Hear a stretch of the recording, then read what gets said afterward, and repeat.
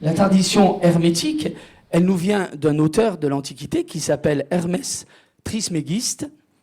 Dans son Corpus Hermeticum, en particulier le traité 12, le traité Poimandrès, où Poimandrès révèle à Hermès, certaines vérités divines.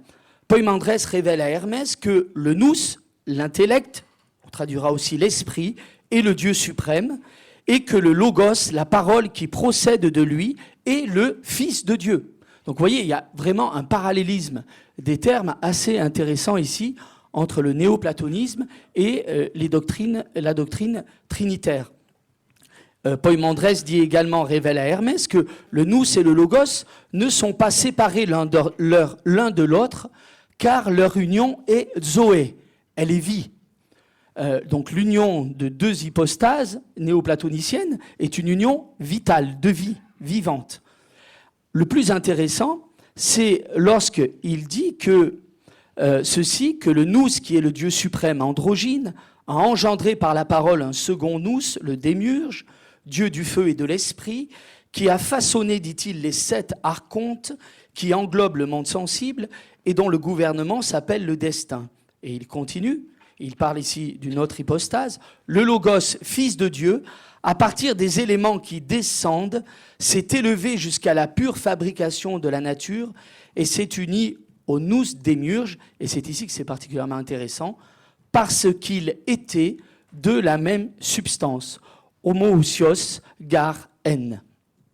Donc on voit que l'idée de consubstantialité, en tout cas faire être de la même substance ou de la même nature, c'est quelque chose de très présent dans le néoplatonisme, dans la tradition hermétique. On trouve également cette idée dans certains textes gnostiques. Beatrice fait également ressortir cela, et donc voilà, il mentionne certains textes gnostiques qui parlent entre l'éon suprême et les éons inférieurs d'une consubstantialité pour dire qu'ils sont faits de la même matière, de la même corporéité, avec ici la difficulté d'une vision corporéiste, matérialiste de la question de la substance. On verra que ça pourra poser problème lorsqu'on empruntera le concept en théologie. Beatrice fait enfin référence à 5 oracles de la religion égyptienne mentionnés dans le premier livre de la Théosophia, donc le livre 1, les paragraphes 41 qui se suivent, 42, 43, 44 et 45. On peut s'arrêter tout particulièrement sur le 5e oracle où il est dit ceci: il y avait un nous unique, plus intelligent que tous, un commencement incorruptible. De lui est né le Logos intelligent, créateur de l'univers, donc un démiurge. Donc vous voyez, qui est engendré à partir du nous. Éternellement incorruptible Fils, reflet du Père intelligent, un avec le Père. Il ne se distingue du Père que par son nom. Mais un avec le Père et un de un, même disposition, étant de la gloire du Père, consubstantiel, homoousios, éternellement incorruptible avec le premier saint pneuma et commencement de la vie. Il a trouvé cet oracle sur les voûtes funéraires de passages souterrains de la vallée des rois près de Thèbes en Haute-Égypte. Donc il semble bien que, si vous voulez, et alors Beatrice illustre que Constantin avait une culture, disons, païenne, mais ça n'a rien de péjoratif ici quand on dit cela, c'est-à-dire non chrétienne. Il discute largement aussi la question de la conversion de Constantin en 312, en laissant entendre qu'il pourrait y avoir aussi une forme de conversion quand même en partie stratégique de ce point de vue-là, du fait de son rôle politique et du fait qu'il était empereur, ce qui n'empêche pas qu'il a pu avancer dans la foi pour demander le baptême juste avant de mourir. Mais toujours est-il qu'il y a ici, et il fait référence notamment à des monnaies, puisque l'empereur frappait monnaie, qui ont sur ces monnaies des références tout à fait païenne, profane, y compris juste après sa conversion de 312. Donc on sent bien que chez Constantin, il y a un contexte culturel qui est un contexte de son époque, hellénistique, avec les religions dont il a pu être marqué, notamment à Alexandrie, et dans l'Orient. Donc Beatrice expose tous ces résultats qui lui permettent d'établir cette idée-là et de relativiser aussi, alors c'est une thèse, ça peut se discuter, l'influence du fameux Osius de Cordoue sur Constantin au concile de Nicée. Je trouve que c'est intéressant parce que de faire dialoguer un petit peu les différentes visions. Jusqu'il y a quelques années, on disait c'est Osius de Cordoue, donc qui a d'une certaine manière fait imposer par Constantin le concept de consubstantialis, donc au concile de Nicée. En regardant largement les études sur la question, on se rend compte que peut-être que ça se discute, comme on dit, voilà. C'est peut-être quelque chose qui se discute, en tout cas qui pose question, ne serait-ce que, j'allais dire, par la personnalité de Constantin. Est-ce que Constantin, il est sûrement prêt à se laisser conseiller, mais enfin, c'est peut-être quand même un homme qui aussi sait ce qu'il veut et ce qu'il veut imposer. Ce n'est pas, en tout cas pas à sous-estimer, me semble-t-il. On sait quand même qu'il a fait assassiner quand même 2 personnes de sa propre famille, y compris après 312, donc pour rester sur le trône. Donc je ne suis pas en train de désacraliser le mythe de Constantin et son hagiographie, mais enfin, il était prêt à prendre des moyens aussi pour rester au pouvoir. Voilà. Voilà, il faut quand même relativiser un petit peu, peut-être, comme je dis, voilà, les hagiographies constantiniennes, y compris peut-être même celle de Zeb à son sujet. Donc, il semblerait bien, en tout cas, moi je me suis laissé assez convaincre par cette thèse-là de l'emprunt. Alors, évidemment, la question de l'emprunt, elle pose question.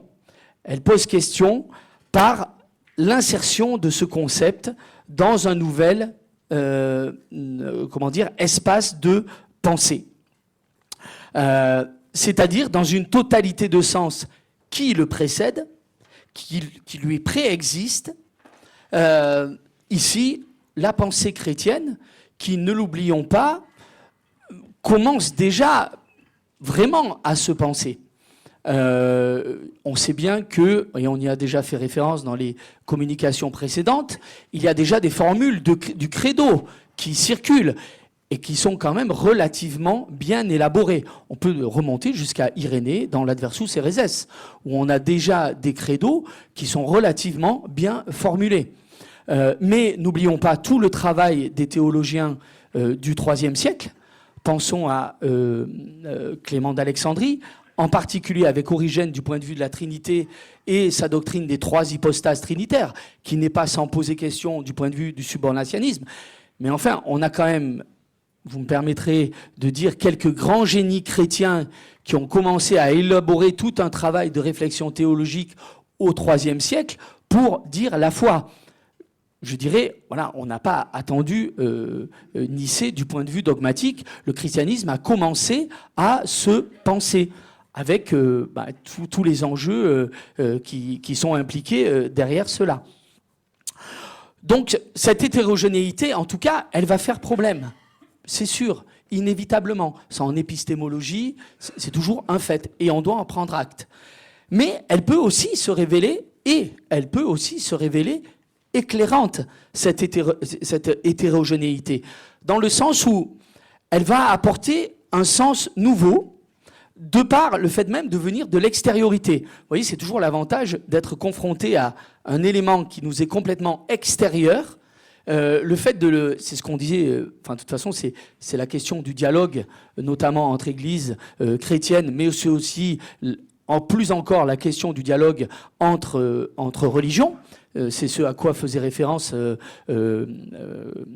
Michel Fédoux tout à l'heure. Il y a un devoir pour le christianisme de ne pas aujourd'hui se penser en dehors des autres altérités religieuses. Et de fait, c'est juste, sachant aussi que l'altérité des autres confessions religieuses peut aussi être intéressante pour éclairer le sens de sa propre tradition religieuse.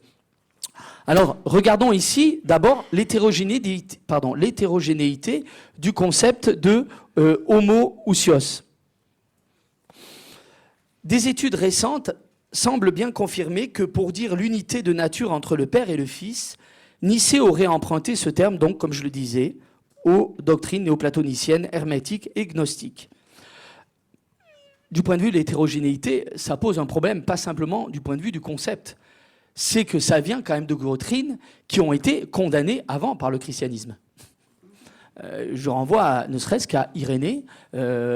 Emprunter un terme qui vient d'un domaine gnostique, hermétique, même si on dit que Hermès Trismégiste, c'est pas tout à fait la gnose, en tout cas c'est largement inspirant pour les doctrines gnostiques qui lui sont postérieures. Donc ça pose quand même une difficulté. Emprunter un terme au néoplatonisme, quand on voit les textes de Porphyre ou de Plotin, alors ils étaient contre la gnose, mais contre le christianisme, ce n'est pas non plus sans poser des questions. J'allais dire, vous voyez, c'est-à-dire on va presque chez l'adversaire que l'on condamne, prendre un concept. En tout cas, l'adversaire l'utilise, ce concept. Donc on va, même si on ne l'emprunte pas directement à lui, l'adversaire, entre guillemets, doctrinal, l'utilise, on va devoir s'en expliquer. On va devoir s'en expliquer. On peut pas faire autrement. On peut pas faire autrement. Donc ça me semble ici particulièrement intéressant. De ce point de vue-là, on pourrait dire aussi que cette hétérogénéité, factuellement, du concept, pour moi, de mon point de vue, s'est révélée problématique, d'ailleurs, tant chez les chrétiens que chez les ariens, dans le fait qu'il a fallu attendre 15 ans avant de retrouver le mot homoousios dans des documents chrétiens avec Athanase dans son Contra Arianorum. Il y a un espace de temps entre le concile de Nicée et ses premières réutilisations où on n'en parle pas. Donc, on n'est peut-être pas si à l'aise non plus avec l'utilisation de ce concept. Et puis on a bien dit ce matin ou cet après-midi qu'il va quand même falloir beaucoup de temps pour que ce concept, pour qu'on s'explique sur ce concept. Mais on va voir que c'est ça le propre de la théologie. Et c'est peut-être ça qui est intéressant. C'est que l'hétérogénéité d'un concept, finalement, plus que d'être vue comme négative, peut être vue comme positive pour la théologie. Parce qu'elle va pousser les théologiens à devoir approfondir le mystère du Dieu un et trine, en fait. Et donc, elle va devoir les pousser dans leur retranchement pour penser et expliciter l'intelligibilité de la foi qu'ils professent.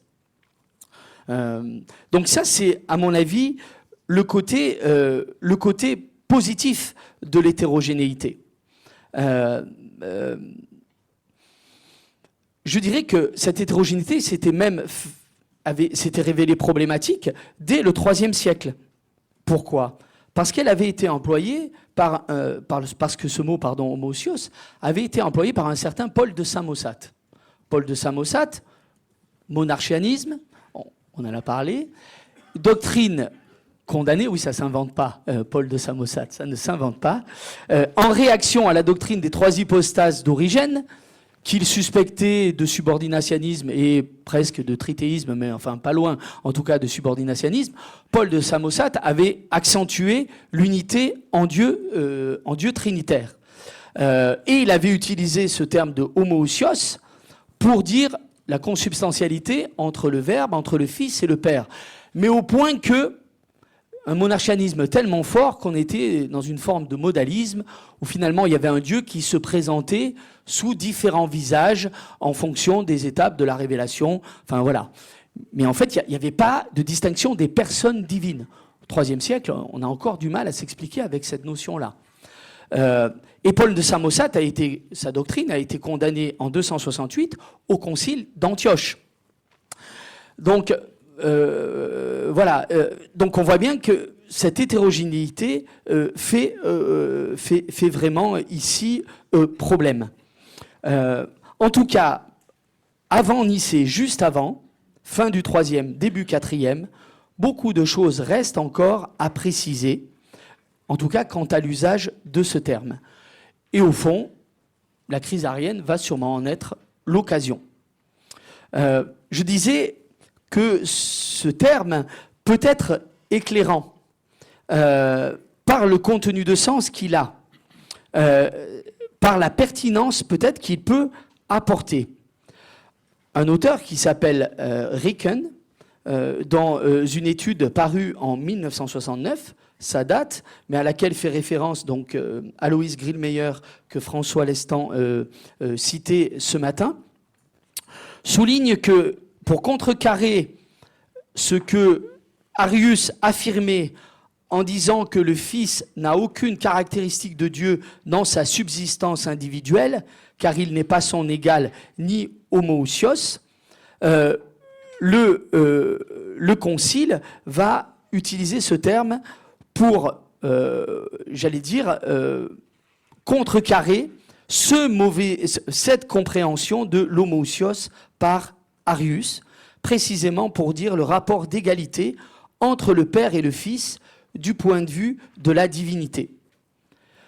Il me semble que, plus que... Parce qu'on voit bien que si le mot vient du gnosticisme et qu'on parle de la même substance, qu'est-ce qui était vraiment...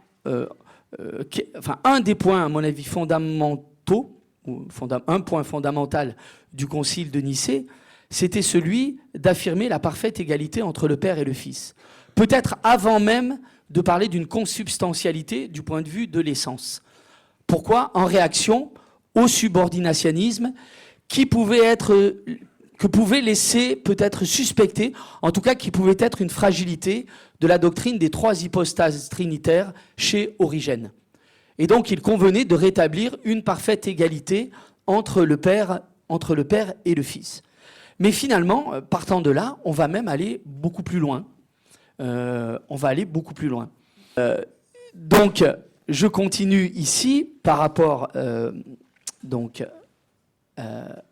ici, donc, cette opération de l'emprunt. Donc, il va apporter un éclairage. Et comme je vous le disais, dans un troisième temps, ce qu'à mon avis est intéressant, dans la réception, du point de vue épistémologique, d'un concept hétérogène qui à la fois fait problème et qui est éclairant, c'est qu'il est un appel adressé à la discipline qu'il emprunte à expliciter ce qu'elle veut dire. Et ça, je trouve, du point de vue épistémologique, quelque chose de très riche du point de vue de l'acte théologique, c'est que là, on va faire de la théologie. C'est-à-dire, on va expliciter l'intelligibilité de la profession de foi. Donc, ce qui, au départ, pourrait être conçu comme un vrai problème, va se révéler comme quelque chose de très positif. Et je finis en disant que troisième étape épistémologique qui résulte de l'emprunt d'un concept, c'est celle de l'usage du concept pour une proposition de sens nouvelle. Je l'ai déjà esquissé ici, mais ce qui sera ici intéressant de voir, c'est précisément que l'usage de ce concept qui va faire difficulté, et jusqu'à Constantinople, on va le voir, en fait, va être le lieu de la naissance des réflexions théologiques peut-être les plus, je ne sais pas comment dire, les plus je dirais pas abouties, mais parmi les plus éclairantes sur la question de la Trinité. On va avoir les pères cappadociens, Grégoire de Nazianze, Grégoire de Nice, Basile de Césarée, on va avoir Athanase, on va avoir Ambroise, on va avoir Hilaire de Poitiers, on va avoir Augustin. Tout ça, je pense que parmi vous, ceux qui font des études de théologie, reste parmi les plus grands noms des théologiens de la Trinité. Et en fait, voilà, je voudrais terminer là-dessus en disant que ce qui me semble très intéressant du point de vue ici de l'épistémologie, c'est que finalement, l'emprunt de ce concept externe à l'écriture va être l'occasion, peut-être, pour l'Église, en tout cas pour les chrétiens, d'opérer, j'allais dire, l'acte théologique par excellence, qui consiste à être d'une certaine manière obligé, pas simplement de dire la foi, mais de l'expliciter, à travers l'usage de mots nouveaux, par exemple, à travers le développement de traités théologiques et autres.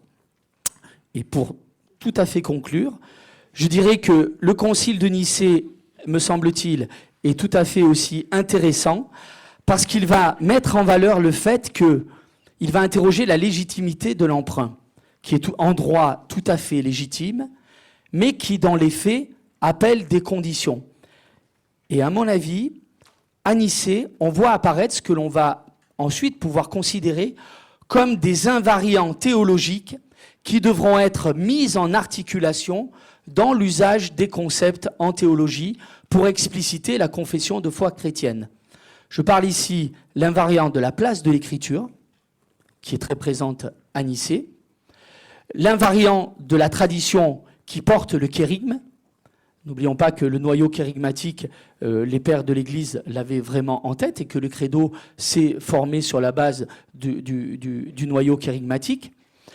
L'invariant, ici, du concile, je dirais plus largement de l'institution ecclésiale, dans lequel on fait référence à un concept et dans lequel on l'utilise. On a déjà, si sans aller trop en avant, mais en tout cas un magistère conciliaire, d'une certaine manière. Et Constantinople, tout à l'heure, Monseigneur Vetteux le disait, fera référence à Nicée, en disant, si Nicée l'a dit, on obéit à Nicée, c'est les pères de Nicée. L'expression « les pères de Nicée » va devenir une référence pour les développements dogmatiques ultérieurs.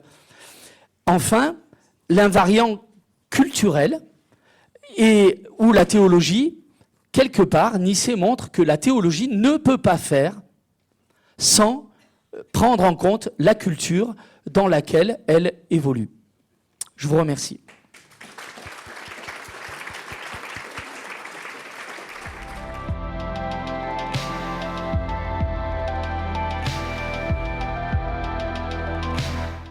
Alors d'entrée de jeu sur cette question, justement, rappelons que les églises accueillent différemment l'héritage grec en tant que tel. Les églises protestantes, dans leur ensemble, travaillent le rapport entre l'écriture et les contextes actuels de sa réception, sans forcément le médiatiser par la tradition patristique ou antique, hein, qui sont volontiers taxées d'anhistoriques ou bien trop teintées de philosophie occidentale. À l'opposé du spectre, on peut dire, l'Église orthodoxe entretient une très étroite affinité avec l'héritage des pères grecs et orientaux, un peu latin aussi, il n'y a pas d'exclusion, mais enfin bon. Mais certains missiologues orthodoxes s'interrogent aussi sur la relation de l'Église à cet héritage, quand cet héritage ne permet pas de répondre aux questions ou aux attentes des contemporains. Pas l'héritage lui-même, mais la relation qu'on a avec cet héritage. En particulier Pantelis Kaleitzatis, mais qui s'inspire aussi de grands penseurs comme Floreski et d'autres. L'Église catholique a comme assez souvent une position un peu médiane, parce qu'elle intègre l'héritage patristique grec et latin, mais tout en valorisant les théologies contextuelles et interculturelles. On l'a vu ce matin aussi avec Michel Fédoux, cet après-midi plutôt, les théologiens asiatiques émettent un certain nombre de réserves sur le recours à la théologie gréco-latine pour élaborer leur christologie asiatique. Et ils vont chercher dans la disponibilité culturelle un certain nombre d'éléments qui vont les aider à penser dans le contexte la christologie. Alors, comme on l'a entendu aujourd'hui, le credo du Concile de Nicée a eu recours au vocabulaire philosophique grec pour préciser le cœur de la foi chrétienne, ce qui a marqué un tournant. Et le processus enclenché à Nicée s'est poursuivi dans les siècles suivants. Mais l'hellénisme, est-ce qu'il a fait son temps? Alors là, ce serait plutôt l'approche protestante. Est-ce qu'il a joué un rôle fondamental mais circonstancielle et dont l'exemple serait transposable à d'autres cultures. Nous verrons que c'est plutôt l'approche du pape François. Ou bien est-ce qu'il est une donnée structurelle et désormais normative pour la définition de la foi chrétienne? Là, nous nous rapprochons de l'approche orthodoxe et de celle de Joseph Ratzinger dans son discours à Ratisbonne en 2006, dont nous allons reparler bien sûr. En fait, la réponse va varier selon que l'on accorde ou non, ou plus ou moins, à la philosophie grecque une valeur universelle et providentielle dans la définition de la foi. C'est une question importante qui est en particulier mise en valeur par le pape Jean-Paul II et Benoît XVI. Alors, quel rôle joue aujourd'hui la rationalité grecque dans l'annonce de la foi chrétienne? Si je vous pose la question, vous allez me répondre, mais aucune. Est-ce que la rationalité grecque joue un rôle dans l'annonce de la foi chrétienne? Honnêtement. On constate que l'explicitation de l'influence grecque dans les Écritures et dans la tradition ne sert pas de préalable dans l'évangélisation, au moins catholique ou protestante. Avec le développement des théologies contextuelles qui interprètent la révélation à partir d'une question sociale ou d'une question culturelle, eh bien, la valorisation continue de la conceptualité grecque pose même question. On n'en a pas besoin et c'est même une entrave, un écran supplémentaire entre le récepteur et le message transmis. Et à l'heure de la théologie interculturelle, eh bien, comment reconsidérer la place éminente de l'héritage gréco-latin pour comprendre l'universalité du message chrétien, mais aussi sa transmission et sa réception dans les cultures. Je vous ai mis le plan au tableau, vous avez eu le temps de le regarder. Le rapport à l'hellénisme et à l'énoncé de la foi chrétienne dans la Bible et chez les pères. Le deuxième point sera le plus développé sur l'héritage grec normatif ou exemplaire, selon le magistère récent. Un troisième point sur l'héritage grec dénoncé par les théologies contextuelles. Et un dernier sur la théologie interculturelle. Est-ce qu'elle repose autrement la question? Alors, premier point, je rappelle simplement que dans la Bible, l'hellénisme comme culture plus que comme langue est tantôt redouté comme la porte ouverte à l'abandon de la loi et à l'adoption de mœurs païennes. Vous reverrez le deuxième livre des Maccabées. Et tantôt, l'hellénisme est accepté comme une passerelle avec les nations. L'influence de la culture grecque est explicite dans certains livres, comme le livre de la sagesse, et également dans le judaïsme hellénistique. On l'a dit, le Nouveau Testament est entièrement rédigé en grec, et Paul fait un large usage des procédés rhétoriques, tout en dénonçant, en grec, la prétendue sagesse des philosophes, et tout en dénonçant également les idoles. En particulier, Colossiens 2 et 1 Corinthiens 1 pour la prétendue sagesse des philosophes. Les pères ont aussi une relation contrastée avec l'hellénisme. On pourra relire avec profit les travaux de Le Boulouec sur cette question. Et tout comme le livre de la sagesse, les pères rejettent alors unanimement la religion polythéiste des Grecs. Leurs écrits théologiques en grec, qui est le langage principal de l'Empire romain, ces écrits ont cependant permis de façonner et de diffuser la foi biblique. Et selon Dorival, en 2013, il n'est pas excessif de dire que les juifs hellénophones et les pères ont pensé leurs croyances grâce aux catégories héritées des Grecs. Et sur ce point, l'auteur cite des méthodes d'interprétation. Comment est-ce qu'on va éclairer la Bible par la Bible? L'organisation de l'écriture, le canon, la mise en place d'un canon, et puis même la compréhension de Dieu. Le judaïsme hellénistique, et plus encore le christianisme à sa suite, ont entretenu une certaine compatibilité entre la foi biblique et les catégories grecques, tout en repoussant les sirènes de son polythéisme et en témoignant de la révélation du Dieu unique, y compris par des procédés propres à la raison grecque, mais sans jamais oublier qu'il s'agit d'une révélation qui est donnée par grâce. L'hellénisation, en tant que processus hégémonique, ce n'est pas la même chose que l'hellénisme, bien sûr, suscite une méfiance et un rejet, mais aussi une certaine forme d'attraction.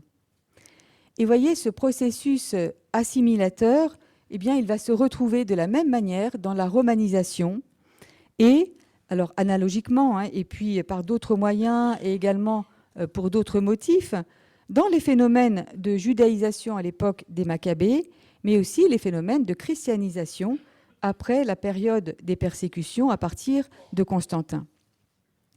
Et la mission chrétienne a connu cette ambiguïté hégémonique jusqu'à la colonisation et aux effets de la colonisation encore dans le présent. L'hellénisme, l'hellénisation, la romanisation ont contribué à l'universalisation du message chrétien, pour le meilleur, mais souvent aussi au détriment des cultures et des rationalités rencontrées par les missionnaires dans l'entreprise d'évangélisation, comme s'il n'y avait qu'une raison, la raison universelle grecque, et que le reste n'était pas raison, mais était culture ou autre chose. Alors, la définition de la foi chrétienne en grec à Nicée, alors là je vais aller très vite parce qu'on a eu de très beaux exposés sur ces questions. Au concile de Nicée, 90% des évêques présents sont hellénophones. Après des débats, ils ont retenu les mots grecs ousia homoousios pour préciser une vérité que le Nouveau Testament exprime autrement. Par exemple, en Jean 10, 30, le Père et moi sommes un, on en a parlé. Le credo affirme que Jésus-Christ est engendré du Père unique engendré, monogénès, en reprenant ce mot de Jean 1, 14 et 18 et 1 Jean 4, 9. Donc tu vois, Bernard Meunier, je rétablis un petit peu l'équilibre. Le père Sesboué relève que le concile glose ici les mots de l'évangéliste Jean sans prétendre ajouter un nouveau contenu. On l'a dit aussi, c'est un procédé nouveau qui crée un précédent. Il est possible d'expliquer et d'affirmer la foi biblique en recourant au vocabulaire de la raison philosophique. Et ainsi, Nicée ouvre la voie à l'effort théologique ecclésial dans l'interprétation de l'Écriture, avec de nombreux et houleux débats qui vont suivre cette proposition nicéenne et qui vont chercher à se résoudre de concile en concile, comme l'a bien montré Élie. Alors cet usage de catégories grecques pour préciser la foi chrétienne de Nicée et pour combattre les erreurs d'Arius, en fait, ne désavoue pas du tout le langage biblique. Le grec n'est pas non plus employé, soutenait Henri de Lubac en 1980, pour adapter l'expression du christianisme à un milieu culturel autre que son milieu primitif, au risque d'helléniser la foi reçue des premiers chrétiens. Et des pères conciliaires, il affirme qu'à plus forte raison, jamais n'eurent-ils en tête rien qui ressemble à cette déculturation et à cette inculturation systématique de la foi, telle que les ont inventées, c'est son mot, quelques théoriciens, comme si la foi, pour passer d'une culture à une autre, supposée étanche entre elles, devait mourir pour on ne sait comment renaître. La réalité fut inverse, une lutte incessante pour la protéger contre les assauts d'un hellénisme qui tendait à l'engloutir. L'enjeu pour les pères nicéens n'est donc pas de substituer un autre langage au langage biblique, ni de se faire plus proche des Grecs, ce n'est pas leur question. C'est bien de s'entendre en grec, leur langue commune, sur l'interprétation de l'Écriture. Et cet usage, est-ce qu'il est normatif ou est-ce que c'est seulement le contenu confessé qui est normatif, en dehors du nouvel usage nicéen? Vous êtes tous suspendus à la... Alors, les deux positions existent, en fait, coexistent même chez un même auteur, chez un même pape, dans le magistère catholique contemporain, et je vous propose de reprendre les grands jalons de cette question. Les textes, j'ai mis 62, mais en fait, je vais faire un petit saut en 59 un peu plus tard. on assiste à des allers-retours entre les deux visions qui sont tout à fait intéressants.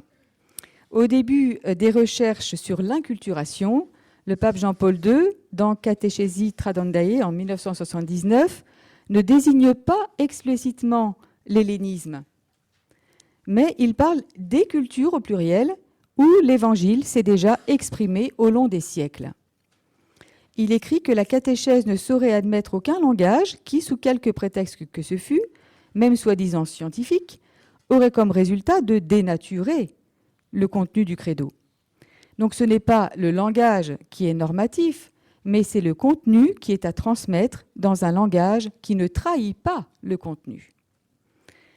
Et ce point n'est pas nouveau en théologie fondamentale, et on se rappelle les paroles du pape Jean XXIII dans son discours d'ouverture du Concile. Autre est le dépôt lui-même de la foi, c'est-à-dire les vérités contenues dans notre véritable doctrine, vénérable doctrine, et autre est la forme sous laquelle ces vérités sont énoncées, en leur conservant toutefois le même sens et la même portée. De leur côté, les églises protestantes se particularisent par des confessions de foi propres, dès la confession d'Augsbourg ou de La Rochelle, et ces formules précisent et actualisent la foi de Nicée sans prétendre se substituer à elle. En 1998, Jean-Paul II, dans Fides et Ratio, se fonde cette fois sur l'universalité de l'esprit humain pour affirmer le caractère providentiel et donc normatif de ce que l'Église, je cite, a acquis par son inculturation dans la pensée gréco-latine. Gréco-latine, donc pas seulement grecque. Refuser un tel héritage serait aller contre le dessein providentiel de Dieu qui conduit son Église au long des routes du temps et de l'histoire. En revanche, vous voyez bien que accueillir cet héritage, non seulement grec mais aussi latin, eh bien, permet aux cultures que l'Évangile rencontre d'être à leur tour intégrées dans la tradition de l'Église qu'elles vont enrichir au lieu de se fermer sur elles-mêmes. Et Fides et Ratio affirme la valeur universelle du patrimoine philosophique accueilli par l'Église. Et la place éminente donnée à l'hellénisme n'exclut pas l'apport des autres cultures. Et c'est bien pour ça qu'il est déjà question de la culture latine. Et toutes les autres cultures vont pouvoir être intégrées à l'héritage. Et le fait de refuser l'apport des autres cultures serait en contradiction avec l'universalité du message de l'Évangile. J'y reviendrai aussi. Le pape Benoît XVI, dans son discours à Ratisbonne en 2006, intitulé « Foi, raison et universalité, souvenirs et réflexion », garde cette perspective de théologie de l'histoire qui s'est exprimée dans Fides et Ratio, et il souligne la nécessité de ne pas renoncer à l'héritage grec. Le rapprochement entre la foi biblique et le questionnement grec est porté par une nécessité intrinsèque, et cet intime rapprochement mutuel est un processus décisif qui aujourd'hui encore nous oblige. De sorte que, selon Benoît XVI, la revendication de déshellénisation du christianisme, qui depuis le début de l'époque moderne domine de façon croissante le débat théologique, s'oppose à la thèse selon laquelle l'héritage grec purifié de façon critique appartient à la foi chrétienne. Alors, au début de l'époque moderne, en fait, c'est la Réforme, et puis Arnaque a continué, et une certaine inculturation a continué. Ce sont les trois phases que repère Benoît XVI et qu'il dénonce. Pour l'inculturation, puisqu'on va en reparler, elle est mauvaise s'il s'agit de comprendre que la synthèse avec l'hellénisme qui s'est opérée dans l'Église antique était une première inculturation du christianisme qu'il ne faudrait pas imposer aux autres cultures. Autrement dit, tournons la page. Donc ça, pour Benoît XVI, c'est une mauvaise façon de comprendre l'inculturation. Autrement dit, d'après cette pensée, on ne peut pas être chrétien et rejeter sciemment l'héritage grec constitutif de la foi chrétienne. C'est très net. Et le dialogue critique des cultures, lui, en revanche, va inclure le rapport à la foi, puisque toute culture porte en elle une ouverture structurelle à la transcendance. Alors cette fois, dans la ligne non plus de la normativité, mais de l'exemplarité, Lors de son voyage en Grèce et à Chypre en 2021, le pape François reconnaît l'importance de la culture grecque pour l'humanité et pour les débuts du christianisme, mais il n'affirme pas le passage obligé par l'hellénisme pour la foi chrétienne. Il parle plutôt d'un laboratoire de l'inculturation de la foi et d'un phare lumineux pour les croyants de tous les temps. Et quand François s'adresse au Conseil pontifical pour la culture, il leur parle de fusion de la sagesse antique et biblique qui reste un paradigme fertile et non pas un passage obligé. Et donc, ça n'exclut pas d'autres paradigmes dans l'histoire ou dans le présent de l'évangélisation. À ma connaissance, il est rarement question de l'hellénisme dans les nombreuses prises de parole du pape François. Bien sûr, sa visite en Grèce s'y prêtait, tout à fait naturellement, davantage que sa visite en Amazonie et plus récemment en Asie et en Océanie. Il a rappelé au Timor oriental, en septembre 2024, l'importance de l'inculturation de la foi et de l'évangélisation de la culture. Et à Jakarta, il a rappelé l'importance de la justice sociale et du dialogue entre les cultures et les religions. Alors, quelques mots de reprise sur ce panorama de textes qui, vous voyez, font des allers-retours. On peut d'abord se demander s'il est légitime de valoriser l'héritage gréco-latin au détriment d'autres aires culturelles antiques, et l'ère syriaque en particulier. La question est aussi de savoir s'il est indispensable, s'il est souhaitable ou s'il est préjudiciable d'enjamber 20 siècles de christianisme pour annoncer la foi et pour accueillir la foi. Ce n'est pas neutre de faire comme si on passait de l'Évangile à aujourd'hui. Les églises apportent des réponses différentes.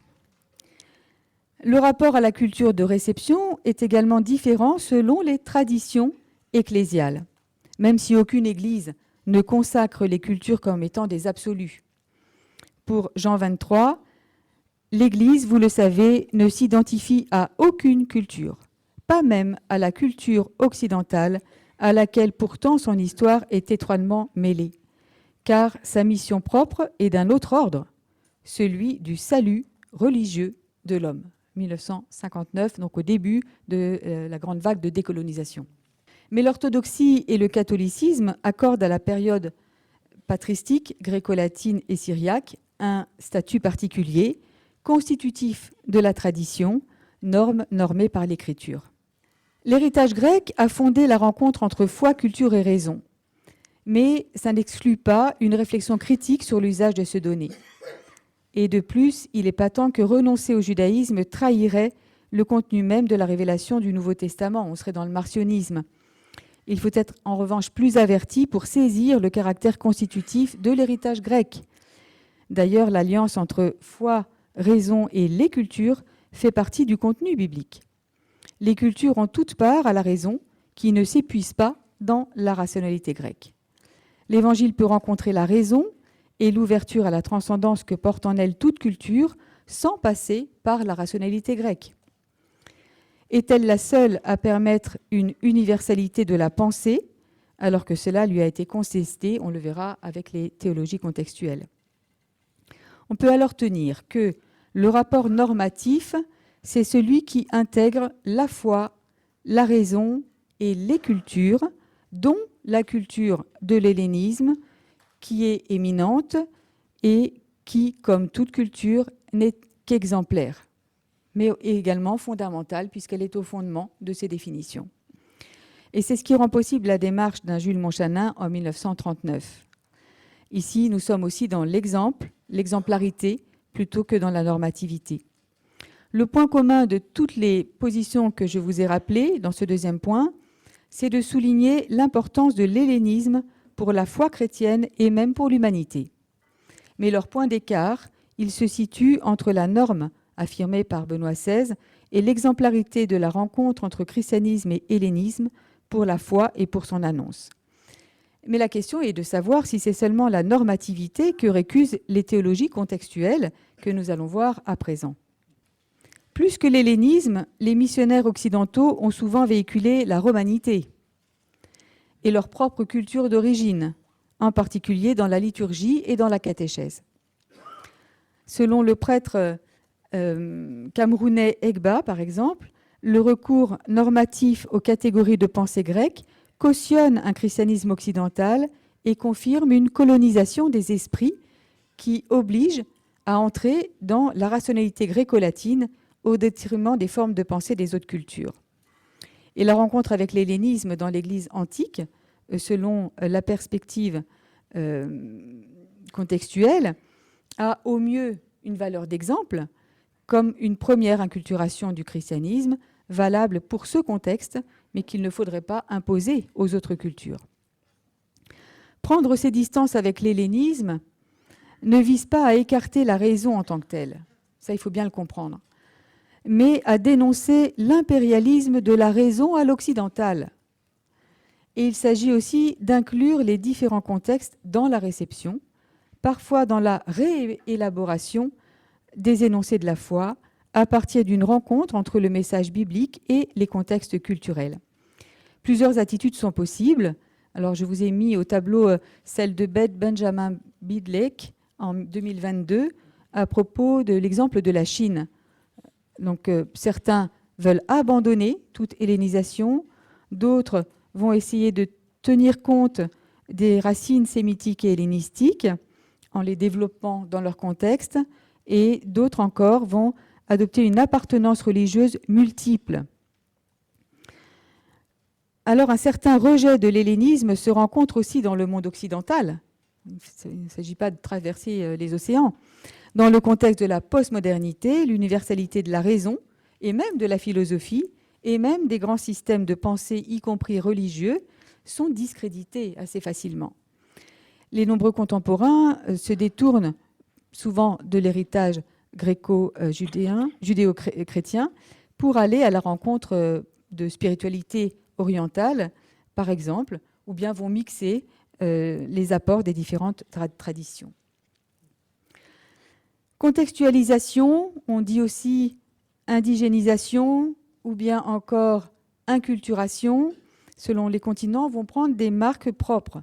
La théologie de l'harmonie, du dialogue, théologie du cosmos, de l'incarnation, théologie de la libération, la christologie de l'ancêtre.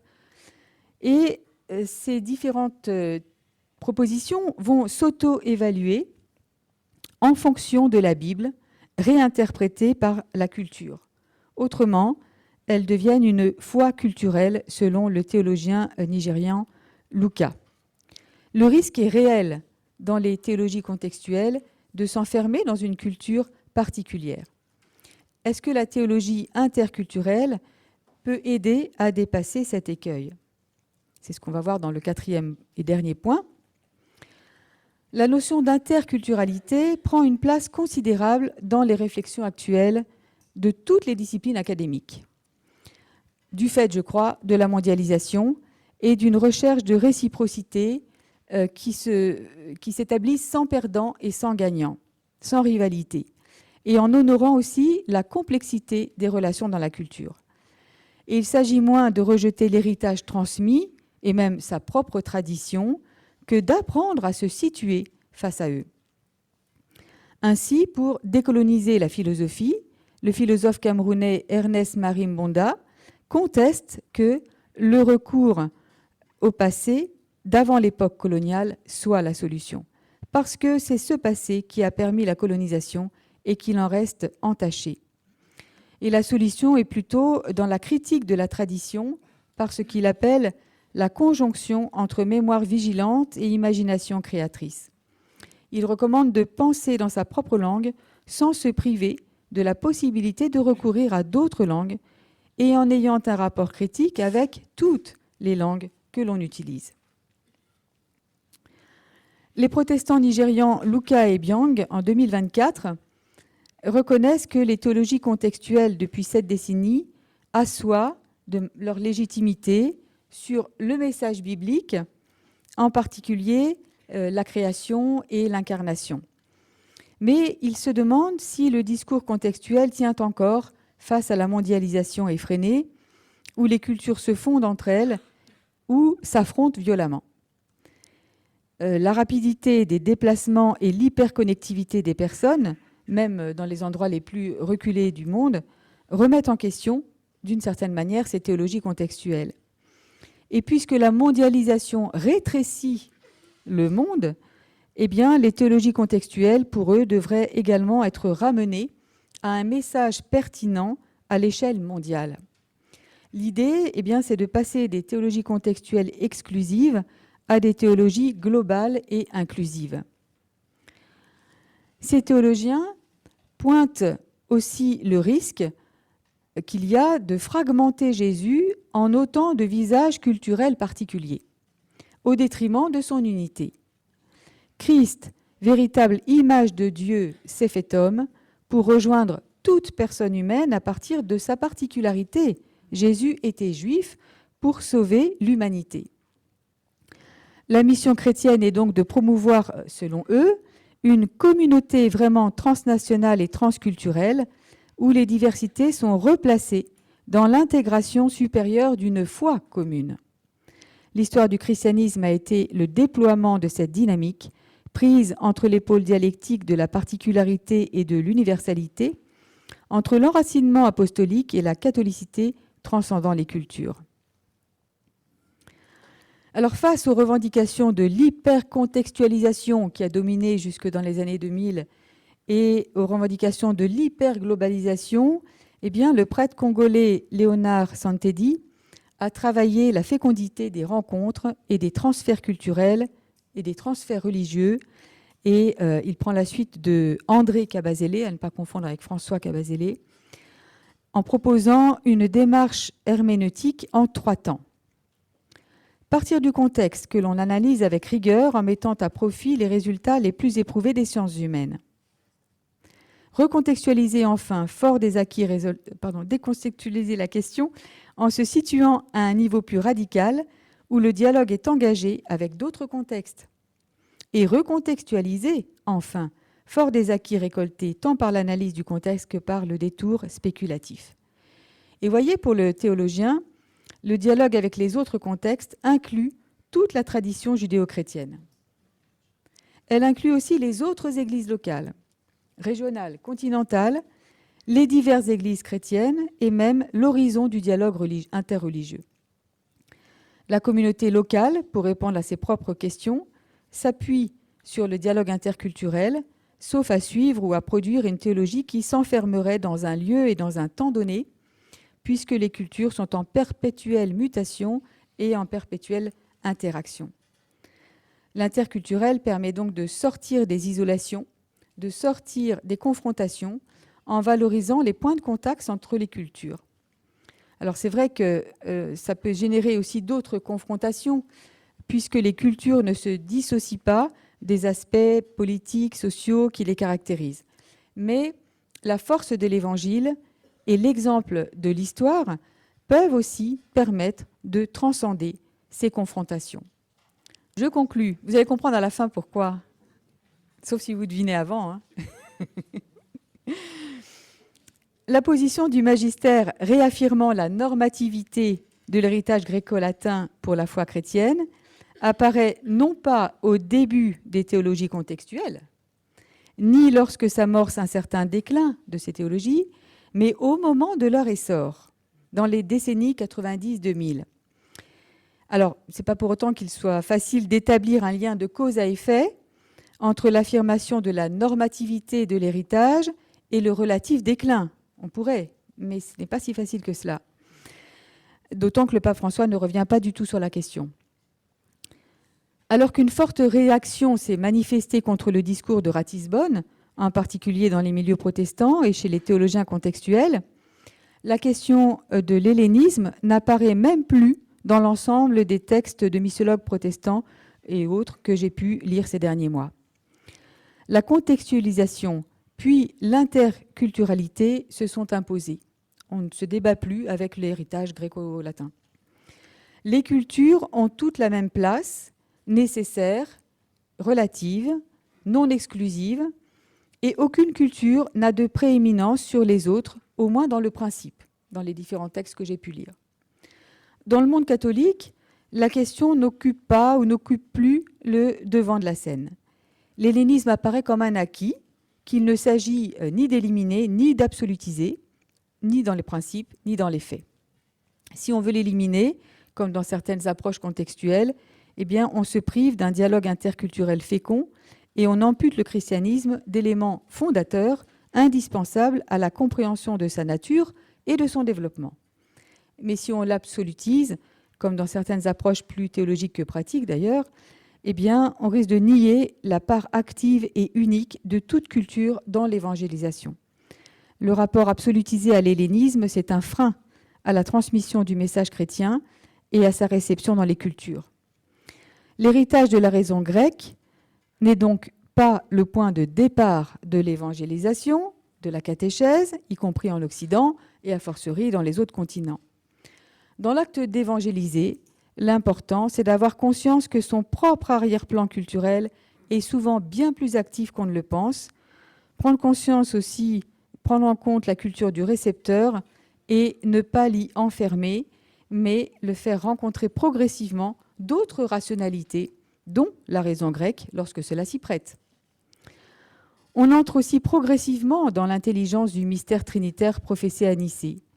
Le Fils consubstantiel au Père n'est pas une donnée immédiatement intelligible. Dans toutes les cultures, des images se sont cherchées pour essayer de rendre compte de ce mystère insondable, par exemple la plume de Pan de Guillaume de Digulville, un auteur cistercien du XIVe siècle. Et ces images sont des portes d'entrée, elles ne sont pas des définitions. La foi en appelle à l'adhésion au mystère trinitaire par le cœur, par l'esprit, par l'engagement, personnellement et ecclésialement. Merci.